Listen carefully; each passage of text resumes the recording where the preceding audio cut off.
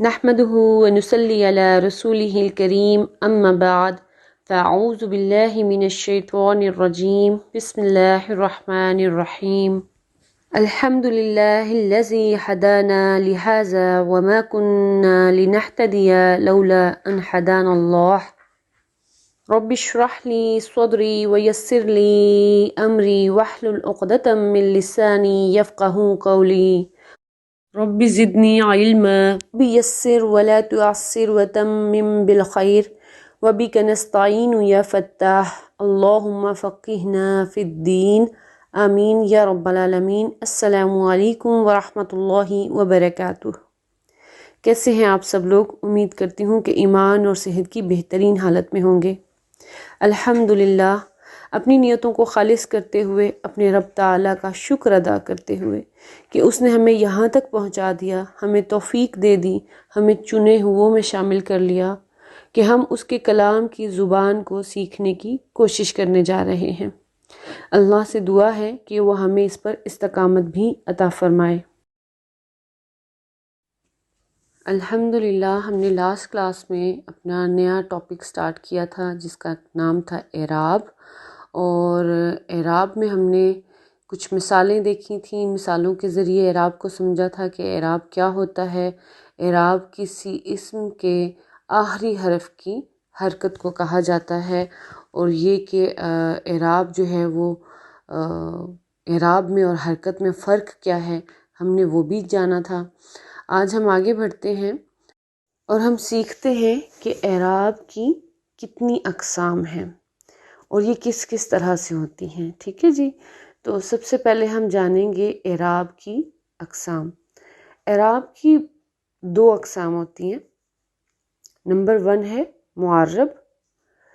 معرب وہ اعراب ہوتا ہے جو ظاہری طور پر آپ کو بدلتا ہوا نظر آتا ہے۔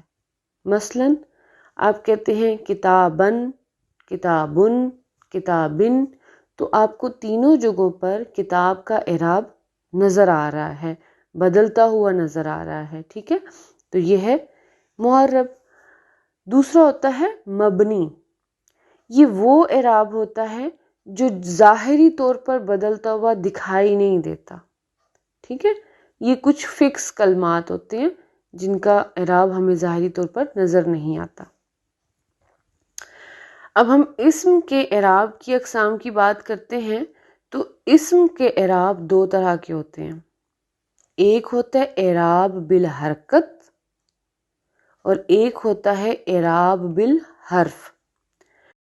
اعراب بالحرکت کیا ہوتا ہے اور یہ کیسے نظر آتا ہے؟ تو یہ آپ کو ہمیشہ اسم کے آخری حرف کے اوپر حرکات کے ذریعے سے نظر آئے گا، یعنی کہ وہاں پر آپ کو حرکات نظر آئیں گی، تنوین کی صورت میں یا حرکت کی صورت میں، جو بھی ہوگا وہ آپ کو فتح، دمہ اور کسرہ، چاہے وہ سنگل ہو چاہے وہ تنوین ہو، اس صورت میں نظر آئے گا۔ جبکہ اعراب بالحرف جو ہوتا ہے نا، یہ آپ کو حرف کے ذریعے سے ظاہر ہوتا ہے، اور کسی بھی اسم کا اعراب بالحرف ظاہر کرنے کے لیے 3 حروف کا استعمال ہوتا ہے، اور وہ ہے الف، واو اور یا۔ تو یہ آپ کو اسم میں ان 3 حروف کا استعمال جو نظر آئے گا وہ اس کا اعراب حرف کے ذریعے سے ہوگا۔ ٹھیک ہے، زیادہ گہرائی میں نہیں ہم ابھی جائیں گے کیونکہ پھر کنفیوژن بڑھ جائے گی، تو جیسے جیسے ہم آگے بڑھتے چلے جائیں گے نا، تو یہ چیزیں خود بخود آپ کی سٹیپ بائی سٹیپ کلیئر ہوتی چلی جائیں گی۔ تو اپنے دماغ کے اوپر زیادہ بوجھ نہیں ڈالیے گا، چیزوں کو اتنا ہی لیجئے جتنا آپ کو سکھایا جا رہا ہے، اور آسانی سے ان کو ڈائجسٹ کرنے کی کوشش کیجئے۔ ٹھیک ہے، اچھا جی، آگے ہم بڑھتے ہیں۔ اب ہم اسم کے اعراب کی حالتیں جانتے ہیں، یہ کتنی حالتوں میں ہوتا ہے۔ ٹھیک ہے، آپ بھی کہہ رہے ہوں گے کیا یہ اعراب کی اقسام کوئی مبنی ہے، معرب ہے، پھر حرکت ہے، پھر حرف ہے، اب اس کی حالتیں بھی ہیں، اتنا کچھ ہے؟ تو ظاہر سی بات ہے بھائی، یہ ریڑھ کی ہڈی ہے تو خاص تو ہے نا پھر۔ تو اسم کے اعراب کی اگر حالتوں کی ہم بات کریں تو ابھی ہم صرف اسم کے اعراب کو حرکت کے لحاظ سے سمجھیں گے۔ حرف کے لحاظ سے ہم آئندہ اگلی نشستوں میں جانیں گے، ٹھیک ہے؟ تو حرکت کے لحاظ سے اسم کی 3 حالتیں ہوتی ہیں، ٹھیک ہے؟ حرکات آپ نے دیکھ لی نا کہ اسم کی جو اعراب بالحرکت ہے وہ تینوں حرکات، چاہے وہ سنگل ہوں چاہے وہ تنوین کے ساتھ ہوں، وہ 3 ہیں۔ تو اب ان کی ہم حالتیں مطلب وہ جاننے کی کوشش کرتے ہیں۔ تو سب سے پہلے جو ہے وہ ہے المرفوع، جب اسم کے آخری حرف پر دمہ یا دمہ کی تنوین ہو تو اس اسم کی اعرابی حالت کو المرفوع کہا جائے گا۔ تو ہم کیا کہیں گے کہ یہ اسم مرفوع ہے۔ بات سمجھ میں آئی؟ جب کسی بھی اسم کی آخری حرف کی حرکت کو دیکھنا ہے، ٹھیک ہے، اس کا اعراب کی بات ہو رہی ہے کہ جب اعراب اس کا دمہ پر ہوگا، آپ کو آخری حرف پر دمہ نظر آئے گا یا دمہ کی تنوین، تو آپ کہیں گے کہ اس اسم کا اعراب مرفوع ہے، یہ اعرابی حالت میں یہ مرفوع ہے، ٹھیک ہے؟ تو مرفوع جو ہے وہ دمہ سے ہم کو پتہ چلتا ہے کہ یہ اسم مرفوع ہے۔ جیسے ہم نے اگزامپل اوپر پڑھی نا، محمدن، تو وہ جو دن ہے نا، اس سے ہمیں پتہ لگ گیا کہ یہ جو کلمہ ہے، یہ جو اسم ہے، یہ مرفوع ہے۔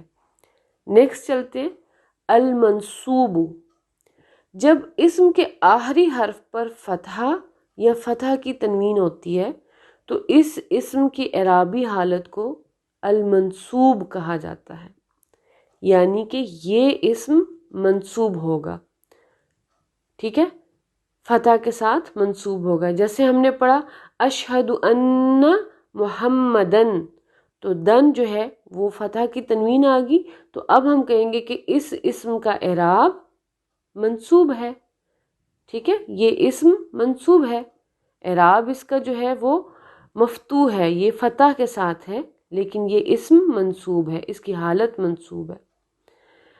اب ہم تیسری حالت کو جانتے ہیں۔ تیسری حالت ہے مجرور، جب بھی کسی اسم کے آخری حرف پر کسرہ یا کسرہ کی تنوین ہو تو اس اسم کی اعرابی حالت المجرور ہوگی، اور اس اسم کو اسم مجرور کہیں گے، یعنی کہ یہ اسم مجرور ہے۔ اس کی مثال اللہم صلی علی محمد، یہاں پہ دال پہ کسرہ ہے، تنوین ہے کسرہ کی، تو اب ہمیں پتہ چل گیا کہ یہ اسم جو ہے اس کی اعرابی حالت کیا ہے، یہ مجرور ہے۔ تو قرآن سے اور احادیث سے ہم کچھ مثالیں دیکھتے ہیں جس میں ہم رفع، نصب اور جر اس کو سمجھتے ہیں۔ قرآن مجید میں ہے وَرَفَعْنَا لَكَ ذِكْرَكَ، اور ہم نے آپ کی خاطر آپ کا ذکر بلند فرمایا۔ اب رفعنا، رفع سے، ٹھیک ہے، مرفوع ہونا، بلند، اونچا، آپ کو پتہ پیش اوپر ہوتی ہے نا، تو اس کا مطلب یہ ہے۔ وَإِلَى الْجِبَالِ كَيْفَ نُصِبَتْ، اس میں کیا ہے، اور پہاڑوں کو نہیں دیکھتے کہ وہ کس طرح زمین سے ابھار کر کھڑے کیے گئے ہیں۔ نصب، نصب جو ہے آپ کو پتہ ہے کہ یہ فتح کے ساتھ ہے، اور فتح ایسے تھوڑا سا ترچھا سا ڈنڈا ہوتا ہے، تو آپ اس کو اس سے دیکھ لیں کہ یہ ابھرا ہوا ہوتا ہے نا، اوپر ہوتا ہے، اور ڈنڈا جو ہوتا ہے، وہ تنا جو ہوتا ہے، وہ ہمیشہ درخت کا اوپر ہی ہوتا ہے نا، زمین سے اوپر ہوتا ہے۔ تو بس آپ کسی طرح سے بس کوئی علامت ذہن میں رکھ لیں، کوئی کسی طرح سے ٹیلی کر کے ان کو یاد کرنے کے لیے آپ کو سہولت ہو جائے کہ آپ اس طرح سے اس کو یاد کر لیں اپنی سہولت سے۔ تیسرا ہے من جر ثوبہ خیلاء لم ینظر اللہ الیہ یوم القیامہ، یہ سنن ابو داؤد کی حدیث ہے۔ جس نے اپنا کپڑا کھینچا زمین پر گھسیٹتے ہوئے، تکبر کرتے ہوئے، اللہ اس کی طرف قیامت کے روز ہرگز نہیں دیکھے گا۔ تو زمین پر گھسیٹتے ہوئے کھینچنا، مجرور حالت، جرہ مطلب گھسیٹنا، اس سے آپ کو پتہ چل رہا ہے کہ نیچے گھسیٹنا، تو آپ کو پتہ ہے زیر کہاں ہوتی ہے، نیچے ہوتی ہے نا، تو وہ مجرور حالت وہاں سے آپ یاد رکھ لیجئے گا۔ اچھا، اب اس میں جو ہے ایک چیز آپ نے نوٹ رکھنی ہے، جو یاد رکھنی ہے، وہ کیا ہے کہ جب ہم اسم کے اعراب کی تبدیلی کی بات کرتے ہیں تو اس کا مطلب ہے کہ اسم کی کوئی اصلی حالت بھی تو ہوتی ہوگی نا۔ تبدیلی کی بات کر رہے ہیں کہ کبھی وہ مجرور ہے، کبھی وہ منصوب ہے، کبھی وہ مرفوع ہے، تو آخر کوئی ایک اس کی اوریجنل حالت بھی تو ہوتی ہوگی نا۔ وہ کیا ہوگی؟ تو اس کی اوریجنل جو حالت ہوتی ہے وہ مرفوع ہوتی ہے، ٹھیک ہے؟ جو اسم ہے اس کی اپنی اوریجنل جو حالت ہے اعرابی، وہ ہوتی ہے مرفوع۔ عربی زبان میں اسماء کی اصلی جو حالت ہوتی ہے وہ مرفوع ہوتی ہے، جتنے بھی اسماء ہیں، لیکن کسی عمل کرنے والے حرف کے آ جانے سے یا کسی گرامر کے قاعدہ کی وجہ سے اسم کی اصلی حالت میں تبدیلی آ جاتی ہے، تو وہ تبدیلی آ جانے سے کبھی تو وہ منصوب بن جاتا ہے اور کبھی وہ مجرور بن جاتا ہے۔ تو بس اس بات کو اپنے ذہن میں رکھنا ہے۔ تو یہاں پر ہماری آج کی کلاس ہوتی ہے کمپلیٹ۔ امید کرتی ہوں کہ آپ نے جو کچھ سیکھا وہ آپ کو سمجھ میں بھی آ گیا ہوگا، اور اللہ تعالیٰ سے یہ دعا بھی ہم کرتے ہیں کہ یا الہی، ہم جو کچھ بھی سیکھیں، جو کچھ بھی پڑھیں، وہ ہمارے فہم میں اتر جائے اور ہمیں ہمیشہ کے لیے یاد رہ جائے، اور ہم اس کو آگے پہنچانے والے بھی ہوں، اور یہ کہ تیرے کلام کی زبان کو سیکھنا ہمارے لیے بہت آسان ہو جائے۔ ہمیں اس راستے میں استقامت عطا فرما دے، آمین یا رب العالمین۔